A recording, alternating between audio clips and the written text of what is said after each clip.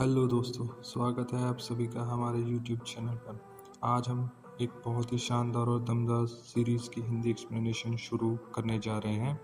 तो चलिए बिना किसी देरी के शुरू करते हैं सोल लैंड के एपिसोड नंबर 1 की हिंदी एक्सप्लेनेशन।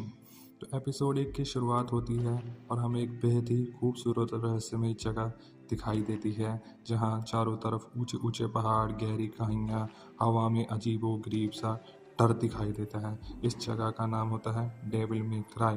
तभी अचानक हमें एक लड़का दिखाई देता है जो अपनी जान बचाकर बहुत तेजी से भाग रहा होता है। यही होता है हमारा प्रोटैगनिस्ट तांगसन।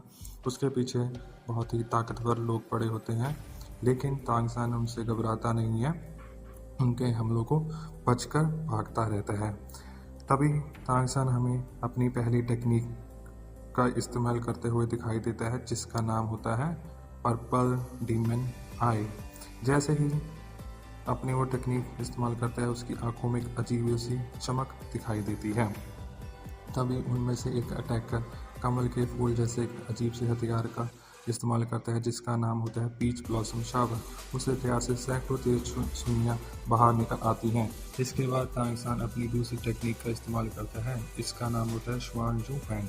इसकी मदद से वह दुश्मनों के हमलों की दिशा तक बदल देता है। यह देखकर सभी लोग चौंक जाते हैं।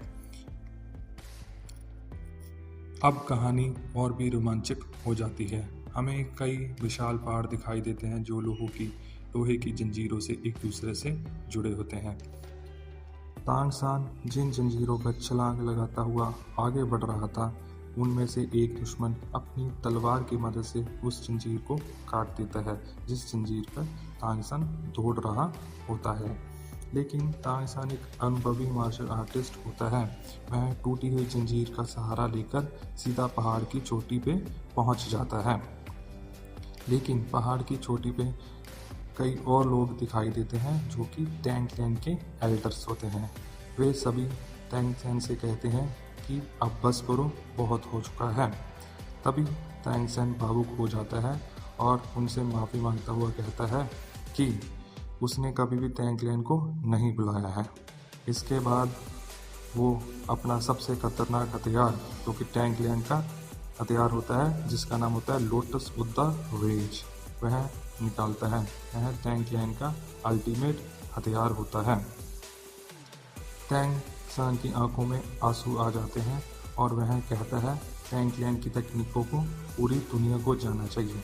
लेकिन तभी दो एल्डर्स उस पर अचानक हमला कर देते हैं, लेकिन टैंग सान उनको पीछे धकेल देता है और कहता है कि जिस तरह मैं बिना कुछ लिए आया था, उसी तरह बिना कुछ लिए इस दुनिया से जाएगा। फिर वह टैंग क्लैन का अल्टीमेट हथियार लोटस बुद्धा रेज एल्डर को सौंप देता है और खुद पहाड़ से कूद जाता है।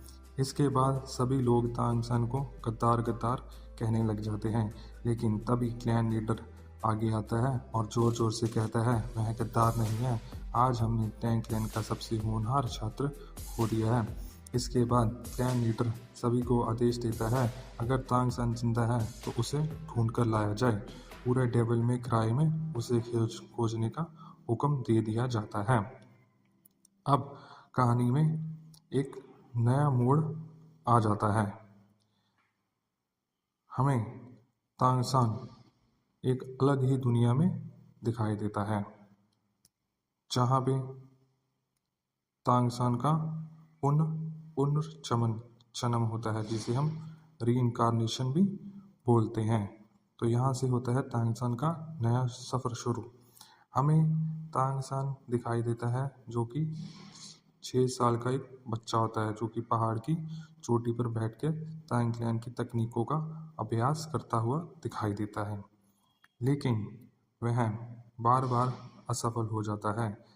वो सोचता है कि वो अपने पिछले जन्म में तो इन तकनीकों में महारत हासिल कर ली थी, और अब वह बार बार क्यों फेल हो रहा है। वह बार बार सोचता है, लेकिन उसको कुछ समझ नहीं आ रहा होता है। फिर वो आराम से पहाड़ की चोटी पे लेट जाता है और पहाड़ का आनंद लेता है। फिर हमें तांगसान जंगल में दौड़ता हुआ दिखाई देता है क्योंकि वह अपने नए घर में लौटता हुआ दिखाई देता है। घर पहुंचने पर वह देखता है कि उसके पिता मेज पे सो रहे होते हैं। वह चुपचाप उनके लिए खाना परोसता है और उसके पिता खाना खा लेते हैं। लेकिन तभी हमें दरवाजे पे एक दस्तक दिखाई देती है। बाहर गांव के स्कूल का शिक्षक यानी कि टीचर होता है जो तांगसान को लेने आया होता है क्योंकि आज तांगसान 6 साल का हो जाता है और उसके मार्शल शोन अवेकनिंग का समय आ चुका होता है। स्कूल जाते जाते तांगसान सोचता है कि आज वो कौन सी मार्शल शोन मिलेगी, कौन सी मार्शल शोन अवेकन करेगा। स्कूल पहुंचकर शिक्षक बच्चों को एक विशाल स्तंभ दिखाते हैं। उस पर एक हाथ का निशान बना होता है। वे बताते हैं कि यह निशान इस गांव की शान है क्योंकि यह गांव के इकलौते सोल्सेन का निशान होता है।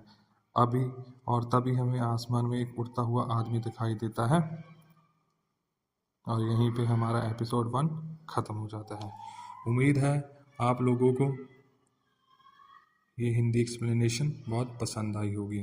तो बहुत ही जल्द मिलते हैं एपिसोड 2 की हिंदी एक्सप्लेनेशन के लिए। अगर आपको यह वीडियो पसंद आया तो लाइक शेयर और सब्सक्राइब ज़रूर कीजिए। मिलते हैं अगले वीडियो में।